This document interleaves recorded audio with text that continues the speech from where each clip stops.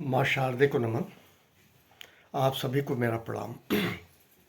मैं पढ़ाई लिखाई की ओर दृष्टिगत करते हुए कुछ न कुछ बताने की कोशिश करता हूँ। आज मैं कुछ और कहना चाह रहा हूँ। जिनके संतान है या जिनके संतान नहीं है, उस संदर्भ में पुराणों में जो कहा गया है या अन्य धार्मिक प्रवचन में कहा जाता है कि जो संतान होते हैं वो माता पिता उनका कर्ज होते हैं। उस कर्ज को उतारने के लिए संतान पैदा होता है, इस धरती पे आता है। उसका कर चुक जाता है तो माता पिता की मृत्यु हो जाती है, ऐसा कहा जाता है, पुराणों में कहा गया। तो कहने का मतलब जो संतान होते हैं, बेटा या बेटी, वो आप पूर्व जन्म का कोई कर्ज है वही चुकाएंगे। ये बहुत दुख है। लखनऊ की एक घटना है, वाजपेयी जी जिनकी डेथ हो गई, उनका लड़का और बहू डॉलर कमा रहे थे अमेरिका में, पढ़ाया लिखाया, डॉलर कमा रहे थे। उनके पिता की मृत्यु हो गई, नगर पालिका वाले उनका दाह संस्कार करते हैं भैंसा कुंड में। दुर्भाग्य है उस बच्चे का जिसने अपनी माँ के कोख से जन्म लिया, जिसकी वजह से वो पिता कहलाए या जिसकी वजह से उनका पिता वो कहलाया। और ये दुर्भाग्य है, इससे बड़ा कुछ हो ही नहीं सकता। व्यक्ति का जब पुत्र पैदा होता है तो कहते हैं हमारा चिता पे आग देगा, दाह संस्कार करेगा, ये सब बातें। लेकिन वो डॉलर कमाने चला गया तो डॉलर में ही रह गया, लेकिन बेटा बहू नहीं आए, उनके पिता की मृत्यु हो गई। मैं कुछ कहना नहीं चाहता। अब्रॉड पे नौकरी करना बहुत अच्छी बात है, डॉलर कमाना बहुत अच्छी बात है, लेकिन हमारे हिंदू धर्म में एक बहुत बड़ी बात कही गई थी कि मालिक उतना दे जितने से हम चल पाए, जी सकें। ऐसा डॉलर किस काम का? या ये भी हो सकता है संस्कार तो आपने डाले, संस्कार में वो चला गया, संस्कार से हट गया, तो उसे भारतीय संस्कृत का हो सकता है ज्ञान ना हो पाया हो और कम ही उम्र में विदेश जाके पढ़ लिख लिया हो, तो उसे कुछ नहीं पता है माता पिता के साथ क्या दायित्व होता है या जिम्मेदारी होती है। ये एक बात। दूसरी बात, बिहार जिस राज्य से नटवर लाल आते थे, जिस राज्य से विद्यमान चाणक्य और तमाम, आपने सुना होगा, चाहे वो गणतज्ञ हों, चाहे धार्मिक वचनों के महारथी हों, सब बिहार से आते हैं। बहुत प्यारा प्रदेश बिहार। उस धरती पे नटवर लाल का नाम सुना था। कल एक बात आई है, एक चैप्टर ओपन है, एक कंपनी ओपन है, बहुत अच्छे तरीके से, नवादा है एक शहर, मैं वहाँ जा भी चुका हूँ बिहार में। मीडिया के अनुसार बताया गया वहाँ झोपड़पट्टियों में प्रेग्नेंट की कंपनी चलती है। मुझे बड़ा गंदा शब्द लग रहा है, और उसमें कुछ ऐसे हाइलाइट्स थे, कोई कह रहा है कि मैं इस लायक नहीं हूँ इनको संतान दे सकूँ, महिला ये कह रही है कि इनसे कुछ हो नहीं सकता, संतान पाना है। इस तरह की बातों में आके गारंटेड होता है कि अगर बच्चे नहीं भी हुए तो 5 लाख रुपया मिलेगा, और इस 5 लाख रुपए के चक्कर में वो व्यक्ति होटल तक जाता है और उसका जीएसटी जमा कर देता है 90,000, पहले 5,000, 95,000 उससे लूट लेते हैं। उसके बाद कहानी ख़त्म हो जाती है। इस 95,000 को केवल अगर ऐसे 10 केस फंस गए, ज़्यादा नहीं 10 केस, तो अंदाज़ा लगाइए क्या हो गया, 9,50,000। ठीक है, इस तरह से वो कमाई कर रहे हैं, धंधा कर रहे हैं। इसके पूर्व आप सभी लोगों ने सुना होगा, जामताड़ा एक शहर है जो वेस्ट बंगाल में आता है, बल्कि मैं कहूँगा बिहार का बॉर्डर है जामताड़ा। जामताड़ा में सारी दुनिया जानती हो, किसी से भी मोबाइल पे कॉल करके उनके पैसे को ले लेते हैं। इस तरह से चीज़ें हैं, लेकिन समझ में नहीं आता उन महिलाओं को जिनके संतान नहीं है। तीसरा, एक बताऊं, मैं नाम नहीं लेना चाहता हूँ, सहारे की बात है। किसी के सहारे से लोग चले जाते हैं। बाराबंकी में एक व्यक्ति हुआ करता था जिसका एक ही कहना था, मैं गारंटेड संतान दे देता हूँ या संतान उत्पत्ति करा सकता हूँ या संतान पा सकता हूँ उस व्यक्ति की जो जिन जो निसंतान और महिलाएं हैं। मैं ये समझ नहीं पा रहा हूँ आप लोग क्या ढूंढ रहे हो। संतान में तो कुछ है ही नहीं। अगर संतान पाने की लालसा भी है तो आप देखिए, संतान लक्ष्मण जैसा मिलने से रहा। आजकल अयोध्या के संदर्भ में बातचीत हो रही है, मर्यादा पुरुषोत्तम राम के विषयत बातचीत हो रही है, और बहुत ही खुशी की बात है हमारे भारत में, भारत की अस्मिता, भारत की पहचान अयोध्या, उसका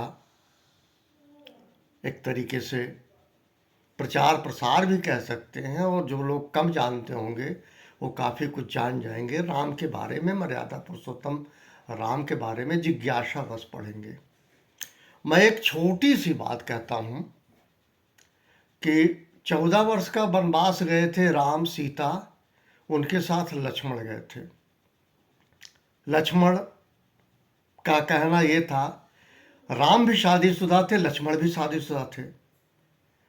लक्ष्मण ने ये कहा कि मैं भैया के साथ जाऊंगा, और चूंकि सीता जी नहीं होंगी या लोग नहीं होंगे तो उनकी धर्मपत्नी उर्मिला घर की सेवा करेंगी, लक्ष्मण की धर्मपत्नी। ये लक्ष्मण का निर्णय था। बहरहाल लक्ष्मण जाते हैं। आज कलयुग में देखिए, ये बात है त्रेता की। लक्ष्मण को ये नहीं पता कि सीता जी क्या पहनती थी, उनके पाँव में पायल है नहीं है, अंगुली में अंगूठी है कि नहीं है, क्या है क्या नहीं है। लक्ष्मण ने कभी सीता को देखा ही नहीं। लक्ष्मण ने मर्यादा पुरुषोत्तम राम की धर्मपत्नी को कभी देखा ही नहीं, निहारा ही नहीं, वो क्या पहनती थी। इसी वजह से उनके चीज़ों को लक्ष्मण पहचान भी नहीं सके। तो मैंने कहा लक्ष्मण जैसा संतान भी नहीं मिलेगा, लक्ष्मण जैसा भाई भी नहीं मिलेगा। और बहुत सारी बातें, मैं कुंठित हूँ जिन लोगों के पास संतान नहीं है, निसंतान है, यकीन मानिए दुनिया के वो सबसे खुशनसीब लोग हैं। दुनिया के खुशनसीब लोग हैं, और जिनके पास पुत्र नहीं है वो उससे ज़्यादा खुशनसीब हैं। कारण बेटियां मैटर ऑफ ग्रांट्स नहीं लिखती अपने माता पिता को, लेकिन बेटा मैटर ऑफ ग्रांट्स लेता है कि मेरा पिता मेरी प्रॉपर्टी है।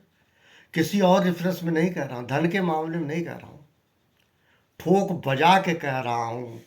इस धरती पे जो इज्जत सम्मान देवी की है, मैं नहीं कहता हूँ देवता श्रेष्ठ नहीं है, देवता श्रेष्ठ हैं, लेकिन नारी का सदैव सम्मान हुआ है, और सम्मान होना चाहिए। इनमें दैवी शक्तियाँ होती हैं। एक शक्ति बहुत ज़बरदस्त होती है, पता नहीं आपको जानकारी है या नहीं है। कोई भी लड़की या कोई भी नारी अगर आपको देख ले ढंग से तो वो जज कर सकती है कि आपके दिमाग में क्या चल रहा है। ये क्षमता, ये शक्ति प्रभु ने पुरुष को नहीं दिया है। ये मैं अपने 64 साल का एक्सपीरियंस बता रहा हूं। ये शक्ति केवल लड़कियों में मिला, नारी में मिला है। केवल देख के वो बता सकती हैं कि इसके दिमाग में क्या चल रहा है या इनके दिमाग में क्या चल रहा है। इसीलिए कहा भी गया है, नर नारी के संबंध में बहुत ज़्यादा बातचीत न करके इशारों में चीज़ें होती हैं, और एक दूसरे को समझते हैं और कला से बचते हैं, वाद विवाद से।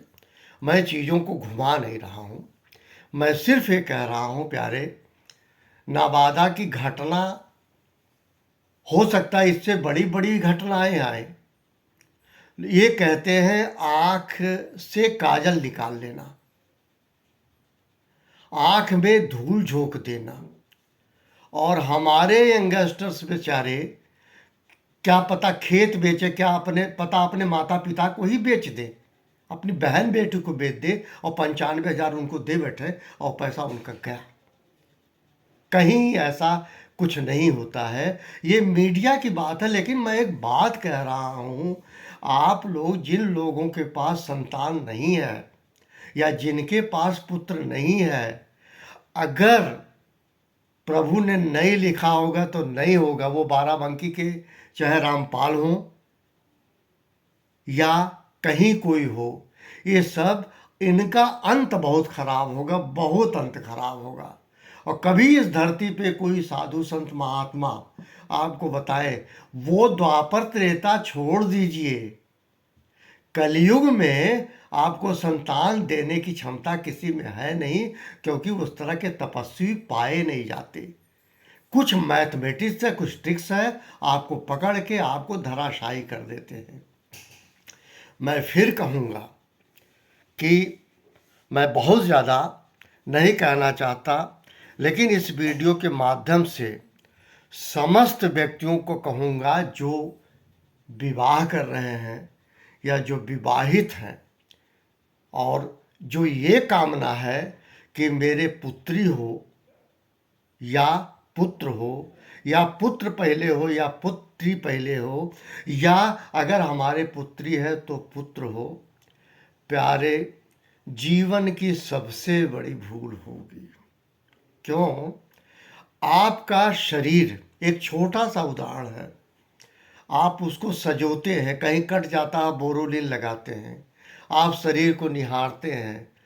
इसी धरती पे जब आप जन्म लेते हैं तो आप नंगे आते हैं और आप निहारते हैं, सारा कुछ करते हैं, और यही शरीर रह जाती है।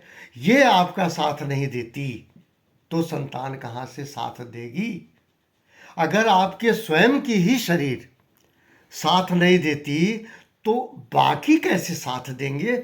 ये किस गलतफहमी में आप लोग पल रहे हैं? मुझे तल्ख टिप्पणी करनी पड़ रही है उन लोगों पे जिनकी बड़ी अभिलाषा होती है मेरे बेटा हो या संतान हो या बेटी हो। मैं कहूँगा सबसे दुनिया का धनी व्यक्ति वो है जो निसंतान है। ये किसी को व्यक्तिगत पर्सनल अटैक नहीं कर रहा हूँ, किसी को बुरा नहीं मानना चाहिए। जो सीखा है, जो देखा है, जो पाया है, वही मैं आपके सामने बयां कर रहा हूँ। Thank you very much. आप सभी को प्रणाम। आपका दिन मंगलमय हो।